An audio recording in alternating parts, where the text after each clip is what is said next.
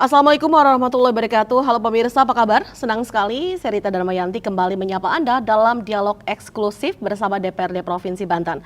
Pemirsa, kita tahu bahwa Banten adalah provinsi yang penuh dengan kontras. Di satu sisi kita melihat kemajuan dan juga kemegahan infrastruktur di wilayah Banten Utara seperti Tangerang Raya dan Cilegon, namun di sisi lain kita menengok ke wilayah Banten Selatan seperti Lebak dan Pandeglang.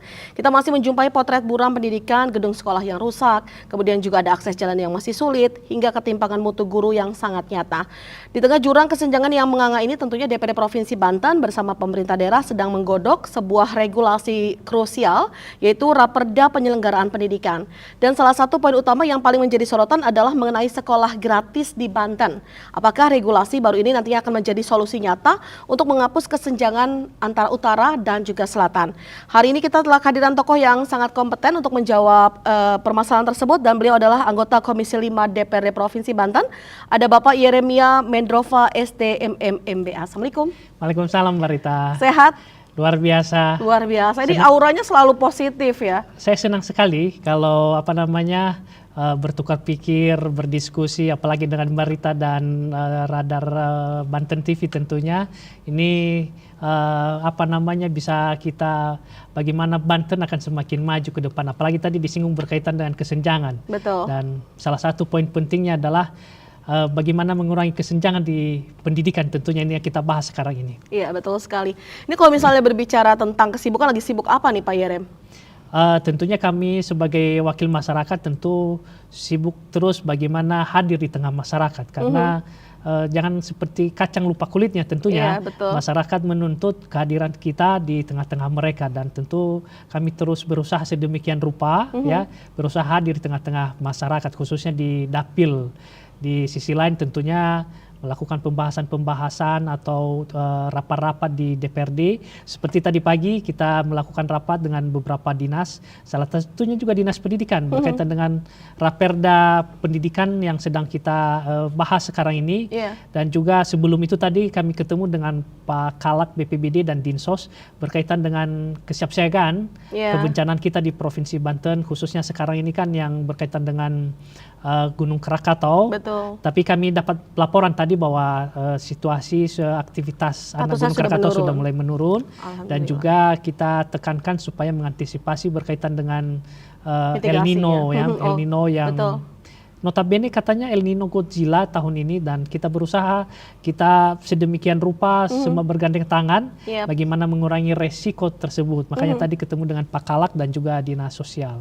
Oke, luar biasa. Memang harus ada mitigasi juga yang sudah dipersiapkan oleh masyarakat seperti itu. Dan kembali lagi dari masyarakat untuk masyarakat seperti itu ya Pak Dewan ya. Kalau kita lihat media sosial nih pemirsa, ini pasti berseliweran ini informasi tentang Pak Yeremia.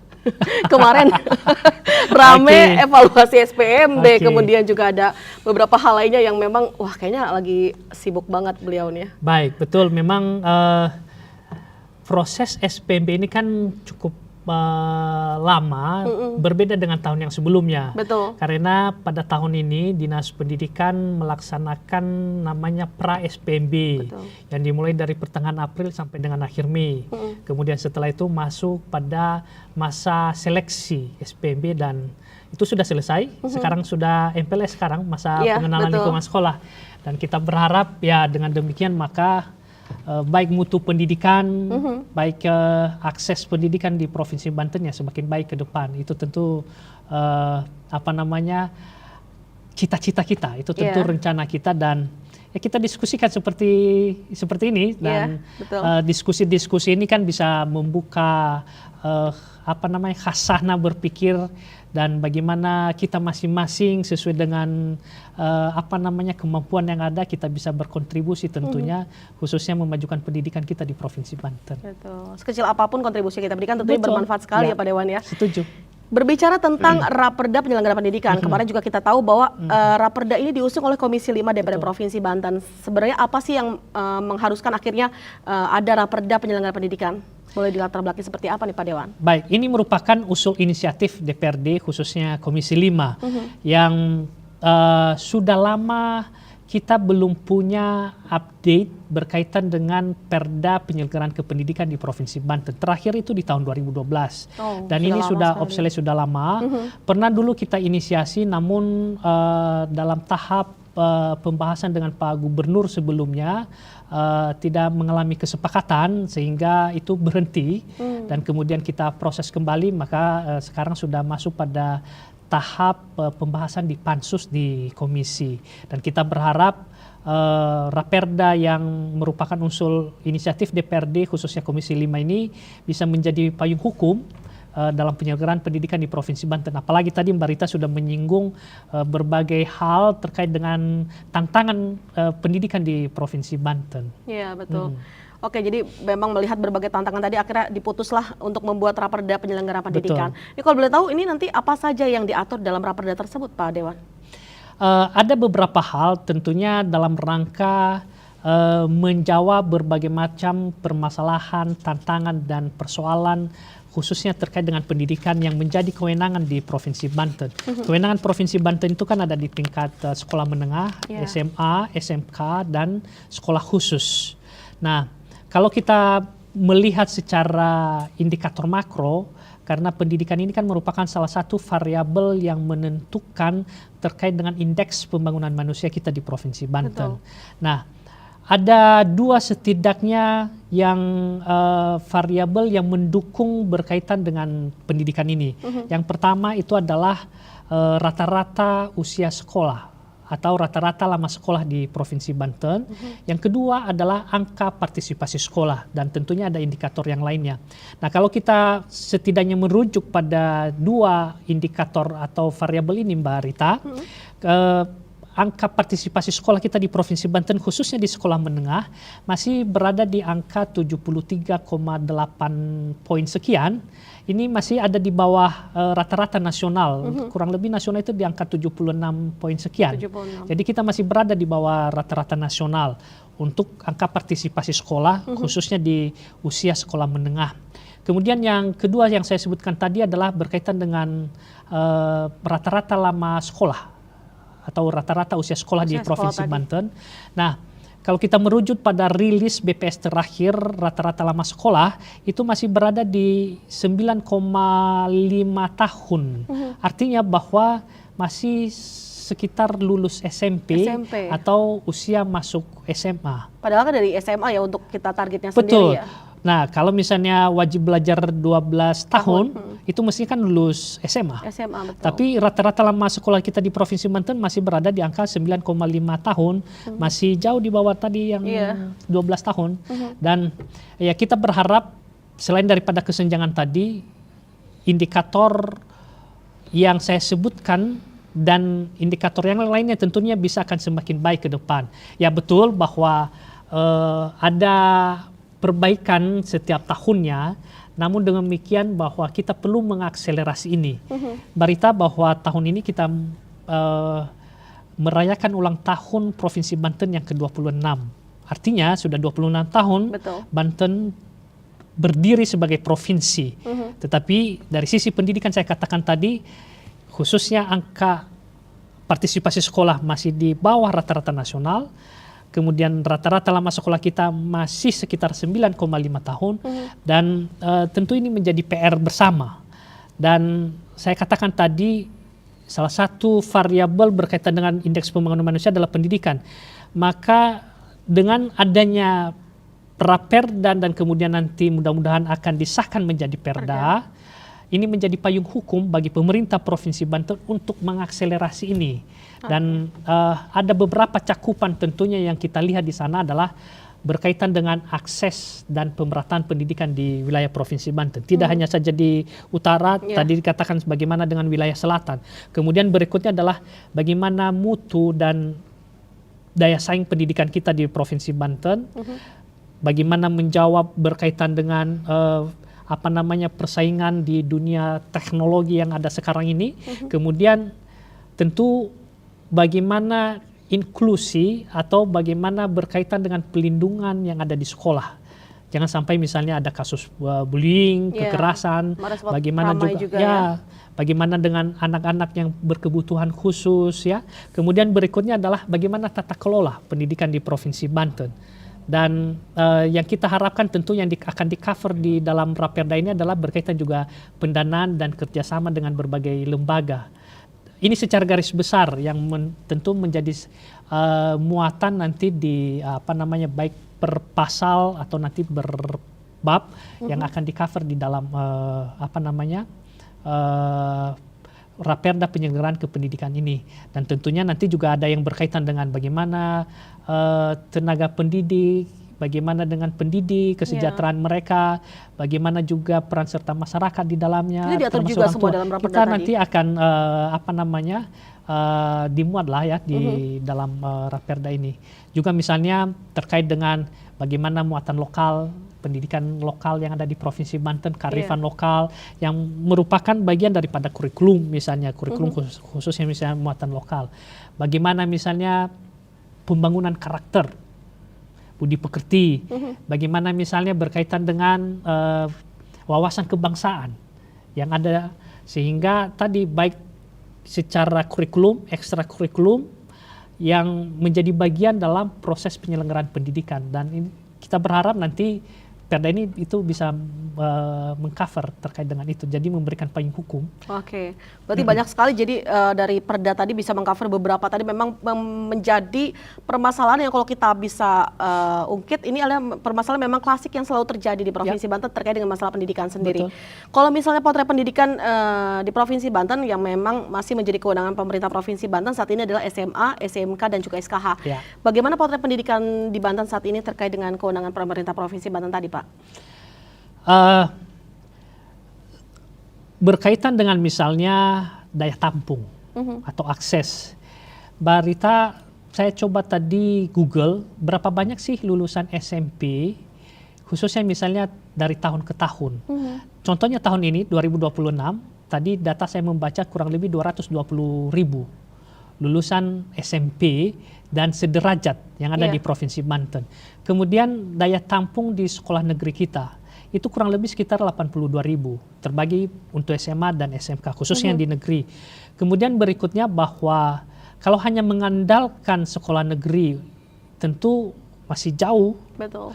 Kemudian ada sumbangsi sekolah-sekolah swasta, ada madrasah misalnya, kemudian berkaitan ada pondok pesantren misalnya, kemudian juga ada program pemerintah Provinsi Banten berkaitan dengan pendidikan gratis yang mengcover kurang lebih sekitar yang tahun ini kurang lebih sekitar 65.000 yang rencananya akan diperluas ke madrasah 10.000, artinya kurang lebih sekitar 75.000. Nah, kalau kita berhitung terkait dengan itu Mbak Rita, jadi kalau tadi kapasitas daya tampung negeri kurang lebih 83.000, kemudian ditambah 75.000 dengan program pendidikan gratis, itu kan kurang lebih sekitar 150-an ribu.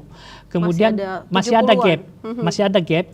Nah, kita berharap gap yang ada ini jangan anak-anak kita menjadi putus sekolah. Betul. Jadi saya katakan tadi masih ada sumbangsi dari penyelenggara pendidikan sekolah swasta lainnya, baik sekolah swasta yang mandiri, juga misalnya pondok pesantren, juga misalnya madrasah yang mandiri.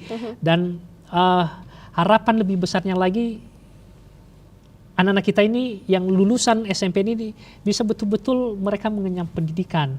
Dengan demikian maka angka partisipasi sekolah tadi bisa meningkat, kemudian rata-rata usia lama sekolah tadi bisa meningkat di Provinsi Banten. Ini kita berbicara dengan angka, tentu ini merupakan sebagai dasar kita berpikir langkah apa sih yang akan dilakukan oleh pemerintah Provinsi Banten. Beberapa waktu yang lalu atau tahun lalu mungkin kita pernah membahas berkaitan dengan pendidikan ini, dan yang poin pentingnya di sini adalah Mbak Rita adalah bagaimana mengakselerasi, bagaimana kita bergandeng tangan dengan semua sektor tentunya, khususnya dengan melihat kemampuan atau daya tampung pemerintah dengan keterbatasan anggaran atau fiskal yang ada sekarang ini, dengan berbagai macam pemotongan dana transfer dari pusat, kan ini lumayan mengganggu dalam proses penyelenggaraan pendidikan. Maka mau tidak mau harus bekerja sama dengan baik tadi yayasan, baik dengan sekolah swasta, baik dengan juga perusahaan yang punya kontribusi di bidang pendidikan misalnya. Harus ada kolaborasi yang dilakukan harus kolaborasi. di situ ya. Kalau kita hanya mengandalkan dari fiskal kan dengan berbagai macam keterbatasan, maka saya katakan tadi tantangan 220.000 siswa lulusan SMP, bagaimana bisa mereka sekolah ke jenjang yang lebih tinggi. Iya, sedangkan tadi gapnya aja sudah ada sekitar 70 ribuan 70.000 di situ. kurang lebih gapnya, dan ini yang menjadi perhatian tentunya khususnya pemerintah Provinsi Banten, Dinas Pendidikan, dan kita berharap ya tadi langkah-langkah yang akan dilakukan bisa semakin berdampak tentunya, baik dari sisi daya tampung. Nanti mungkin di lain hal atau berikutnya nanti kita akan bisa berbicara berkaitan dengan mutu. Jadi tidak hanya serta-merta daya tampung, tapi bagaimana juga mutu pendidikan ini bisa semakin ditingkatkan. Nah, tapi kita berbicara terkait dengan daya tampung tadi bahwa mengandalkan APBD, karena kita membangun sekolah kan cukup butuh anggaran yang besar, baik dari pembebasan lahan, kemudian baik pembangunan gedungnya, sarana prasarananya, belum guru-gurunya, tenaga pendidikan yang notabene sekarang kan nggak boleh merekrut honorer. Betul. Nah, jadi anggarannya memang sudah cukup lumayan gitu ya Pak. Betul. Apalagi sekarang ini kan ada pembatasan berkaitan dengan rekrutmen kepegawaian. Betul. Harus melalui dengan pusat. Tapi setiap tahunnya atau setiap bulannya kan ada yang pensiun ini. Nah, ini yang menjadi ada regenerasi. Nah, ini yang menjadi problematika di daerah juga, Mbak Rita. Ketika ada yang pensiun, kan formasi penggantinya kan belum ada. Belum disiapkan. Padahal seharusnya sudah disiapkan. Disiapkan. Nah, kan dengan semakin banyak lulusan SMP tadi kan semestinya kan kita membutuhkan banyak sekolah. Iya, betul. Kita membutuhkan banyak guru.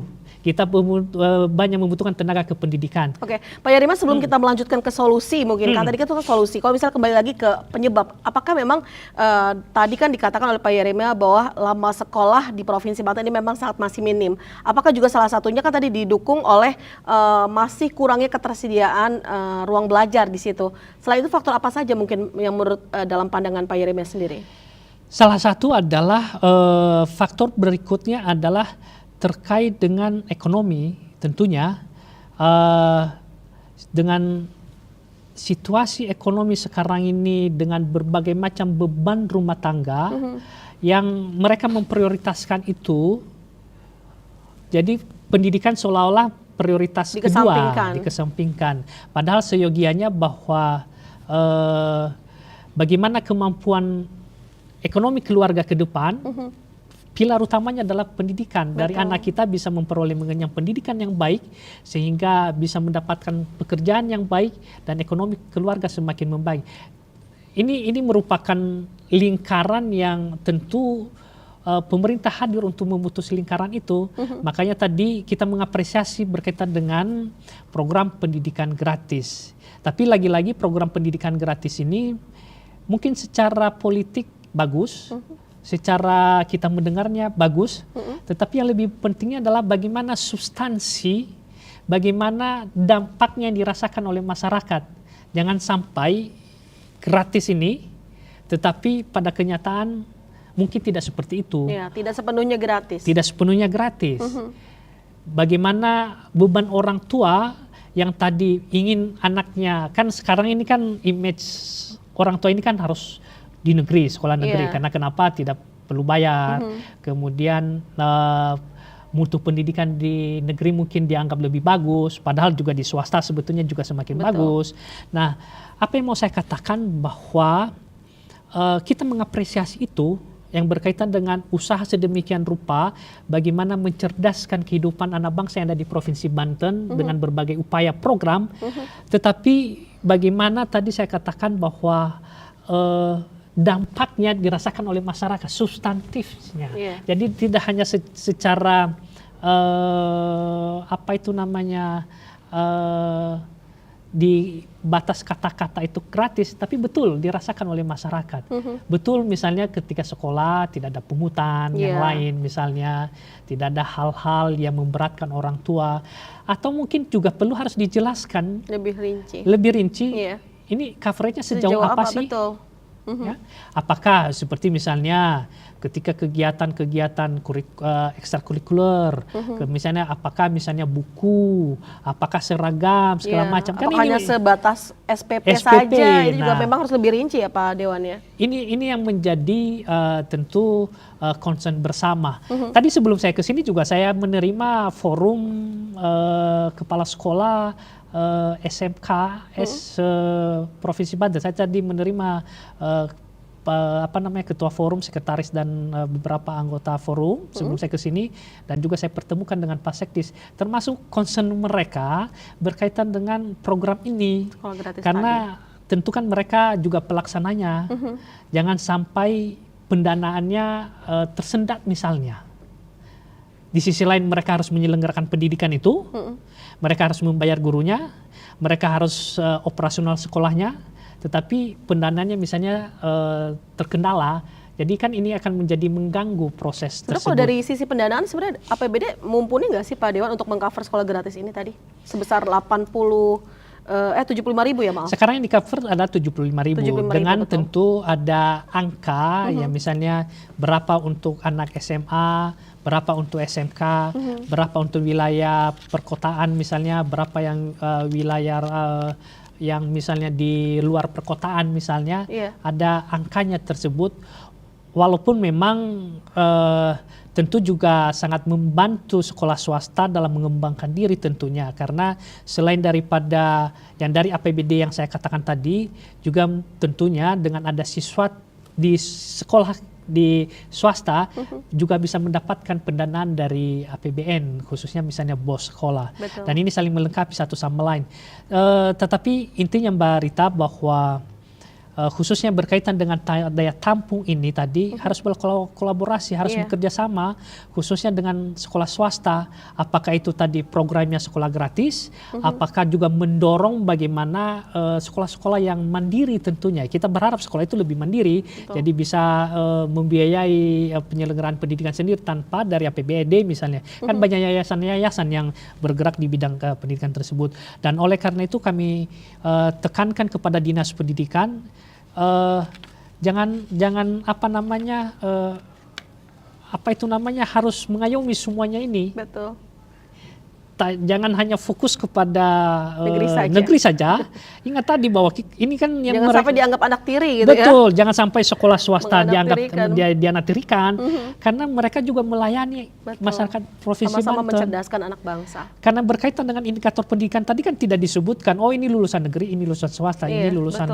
Tetapi ketika mereka tadi banyak yang sekolah baik di negeri dan di swasta, maka indikator pembangunan itu kan akan semakin baik tentunya. Tidak mengkotak-kotakan apa negeri, apakah sekolah swasta, tetapi yang dilihat adalah bisa menamatkan SMA, bisa melanjutkan ke jenjang lebih tinggi. Apalagi nanti kalau kita berbicara dengan mutunya, bagaimana keterserapan di dunia kerja, bagaimana keterserapan di dunia industri, bagaimana keberlanjutan di jenjang lebih tinggi. Nah, ini yang tentu kami ingatkan Dinas Pendidikan, layani semua. Jangan hanya misalnya konsentrasi di sekolah negeri, justru harus menggandeng betul yayasan penyelenggara pendidikan di swasta. Pak Yeremia, tadi kan salah satu penyebab dari lama sekolah yang memang masih rendah tadi kan dari sisi ruang belajar memang kurang tersedia, kemudian juga dari sisi ekonomi. Tentunya bagaimana nantinya pengawasan yang dilakukan DPRD untuk bagaimana Dinas Pendidikan sebagai dinas terkait yang membawahi ini bisa mengklasifikasi mana memang murid yang memang berhak untuk mendapatkan sekolah gratis atau memang mana yang tidak. Karena kan tadi gapnya sudah cukup lumayan nih, ada 70.000 pada Yeremia. Ini yang terus kita ingatkan supaya khususnya program sekolah gratis ini tepat sasaran. Betul. Contohnya misalnya lah ya, khususnya misalnya di jalur SPMB kemarin ada salah satu jalur afirmasi untuk menampung dari anak-anak yang dari keluarga afirmasi atau keluarga kurang mampu, yang penentuannya adalah berkaitan dengan desil, data di dalam DTSN. Tapi ada juga permasalahan di sini Mbak Rita, ketika desil ini tidak 100% juga akurat. Yang pertama bahwa ada kategori di desil itu. Iya. Untuk keluarga yang kurang mampu mulai dari desil 1, 2, 3, 4, dan 5. Untuk keluarga yang mampu itu kategori 6 dan 10. Oke, tapi permasalahan desil ini juga banyak. Iya. Yang pertama, ada keakuratannya perlu dipertanyakan juga. Bahkan informasi yang beredar beberapa dari media sebelumnya mengatakan bahwa data desil ini belum update 6 tahun ke belakang. Itu di problematikanya. Tadi salah satu belum update. Contohnya saja, misalnya keluarga ini penerima PKH, tapi masuk pada kategori desil 6. Penerima KIP, PIP, tapi masuk pada kategori desil 6. Saya kira tahu apa yang salah. Bahkan juga ada warga kita yang desilnya tertulis belum ada desil. Lah bagaimana masyarakat kurang mampu kategorinya belum ada desil. Nah, ini padahal sudah jelas-jelas dari kategori sebenarnya dia masuk desil 1 atau desil 2 tadi. Betul. Nah, di dalam data belum tertulis belum ada desil. Ini kemarin menjadi saya saya soroti dan saya sampaikan kepada Pak Sekda. Ini harus betul serius membenahi ini, khususnya pendataan. Jangan sampai anak-anak kita yang berasal dari keluarga afirmasi kehilangan haknya. Iya. Betul, saya mengapresiasi dan ini yang kami perjuangkan sebelumnya, bagaimana kuota afirmasi ini semakin ditingkatkan. Yang sebelumnya hanya 5%, kemudian meningkat 15%, tahun ini misalnya 30%. Tapi permasalahannya adalah setiap tahunnya kuota afirmasi ini di beberapa sekolah tidak terpenuhi. Kan menjadi pertanyaan. Kemana? Padahal loh di lingkungan di situ kan banyak keluarga yang afirmasi. Tapi kenapa mereka tidak bisa masuk ke sekolah negeri? Kenapa kuota afirmasi jadi tidak terpenuhi? Nah, ini yang tadi yang saya katakan bahwa bagaimana pendataan ini bisa semakin valid, ya. Kita mengapresiasi juga langkah-langkah pemerintah, baik sekarang ini kan BPS sedang melakukan survei, tetapi tadi Mbak Rita mengatakan bahwa ada yang lama yang belum diupdate. Nah, ini yang birokrasi mengupdate ini ya Mbak Rita yang jadi permasalahan. Karena ada beberapa tingkatan. Misalnya diupdate di operator di desa atau di kelurahan. Harus mendapatkan misalnya verifikasi dari dinas sosial. Setelah itu, setelah diverifikasi oleh dinas sosial kabupaten kota, harus ada berita acara persetujuan dari kepala daerah misalnya. Baru masuk ke Pusdatin di Kemensos. Nanti ada birokrasi lagi di Kemensos untuk mengubah desil ini. Nah, panjang birokrasi ini yang membuat tadi yang anak-anak kehilangan haknya untuk ikut afirmasi. Dan oleh karena itu kita menekankan bahwa tepat sasaran ini bukan hanya satu variabel saja dilihat. Cek and recheck, double check di lapangan. Selain lah kita berpatokan dengan data desil tadi, tetapi double check juga di lapangan. Double check di lapangan. Sehingga betul ini tepat sasaran. Dan bagi saya atau bagi kami khususnya saya dari fraksi PDI Perjuangan, bagaimana masyarakat khususnya kelompok masyarakat yang tidak mampu ini diberikan prioritas untuk bisa mengenyam pendidikan yang lebih baik. Betul. Saya katakan di awal tadi bahwa bagaimana mengangkat kesejahteraan keluarga, salah satu pilar pentingnya adalah pendidikan.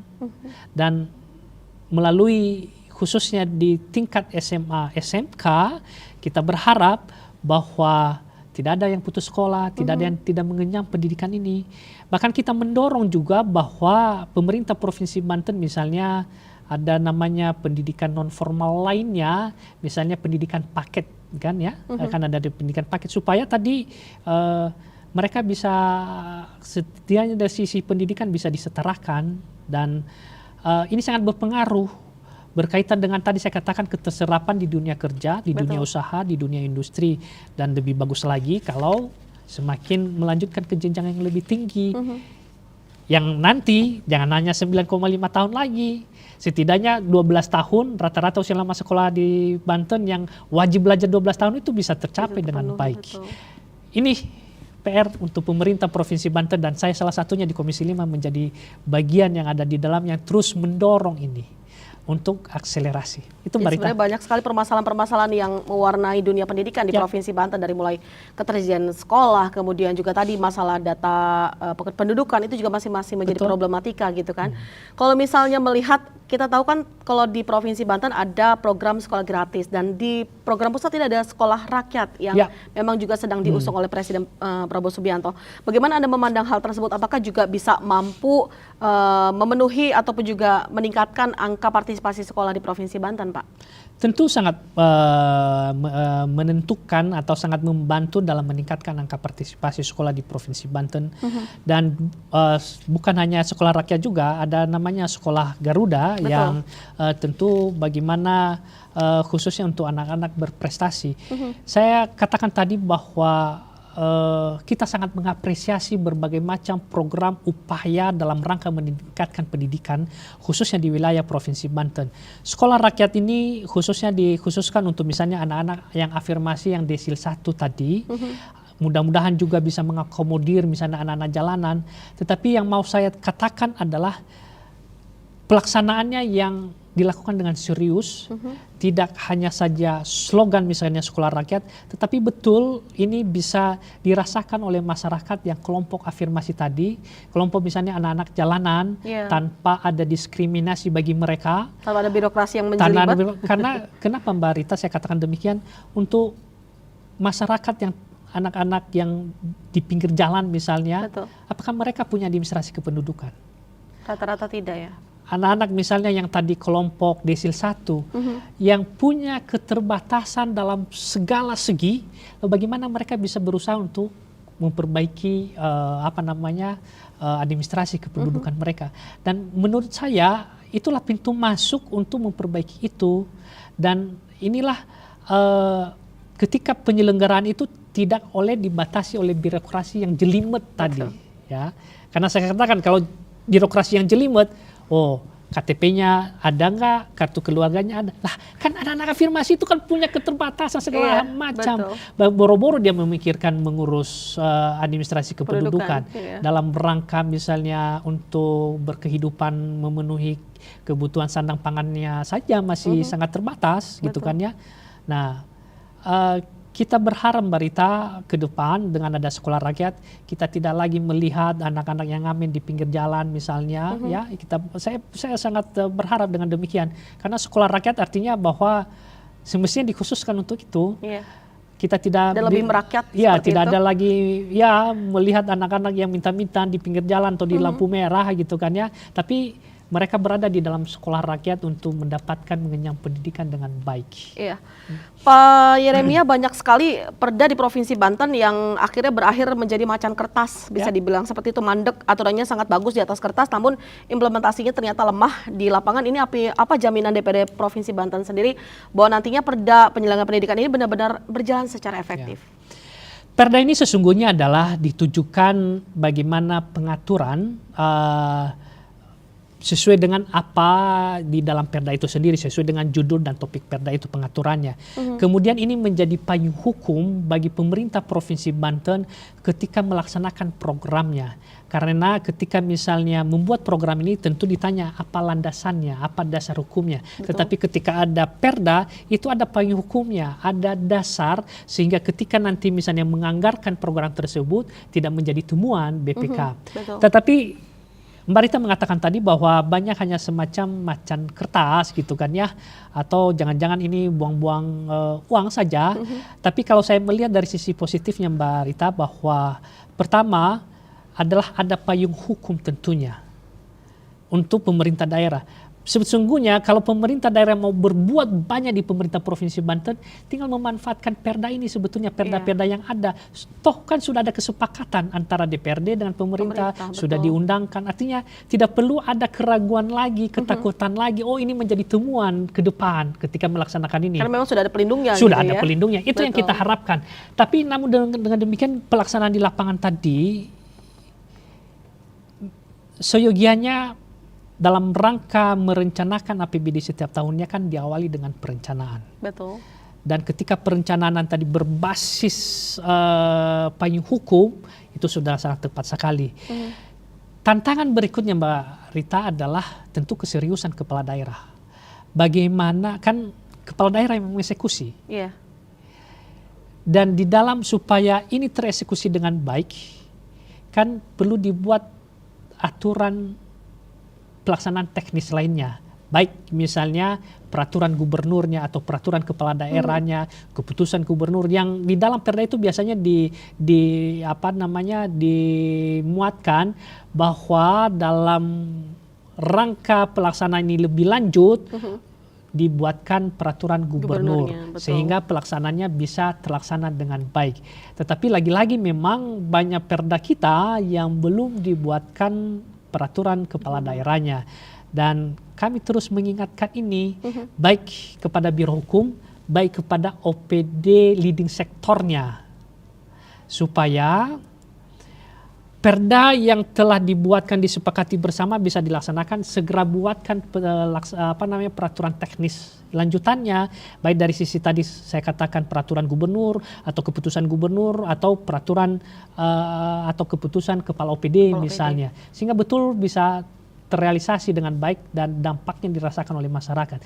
Tapi saya mengatakan tadi sisi positifnya adalah bahwa ada payung hukum kepada pemerintah daerah untuk melangkah lebih lanjut, untuk membuat program-program terobosan kepada masyarakat di Provinsi Banten. Tidak perlu dia takut lagi karena ada perda sesungguhnya.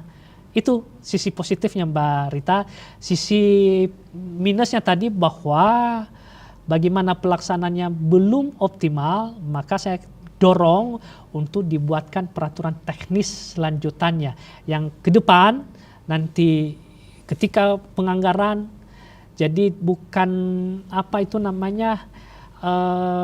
program follow money, tapi bagaimana anggaran itu mengikuti program yang ada. Ya, itu jangan sampai salah bahwa kita membatasi diri berkaitan dengan pagu yang ada. Dan saya melihat di pemerintah Provinsi Banten ini kan yang selama ini terpaku pada pagu anggaran yang ada. Jadi tidak berelaborasi lebih lanjut, tidak berinovasi lebih lanjut. Oh, karena pagu anggaran saya hanya segini. Terfokus pada pagu tadi ya? Terfokus pada tadi.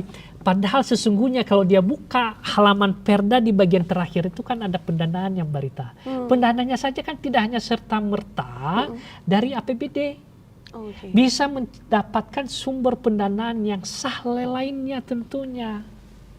Nah ini yang terus kita katakan, jangan terpaku pada anggaran yang alokasi APBD, carikan sumber pendanaan yang sah lainnya. Banyak, contohnya CSR, contohnya. Bisa kita kolaborasikan tadi betul. Di sana. Dengan bekerja sama dengan Basnas misalnya, dengan zakat misalnya, dengan CSR tadi. Kan apakah hal tersebut memang belum dilakukan atau bagaimana kalau dari evaluasi Pak Yeremia sendiri? Mungkin sudah dilakukan, tapi masih sepotong-sepotong. Masih dibatasi masih terbatasi geraknya. Lintas sektor ini bergerak out of the box di dalam, tentu sesuai dengan peraturan perundang-undangan tentunya.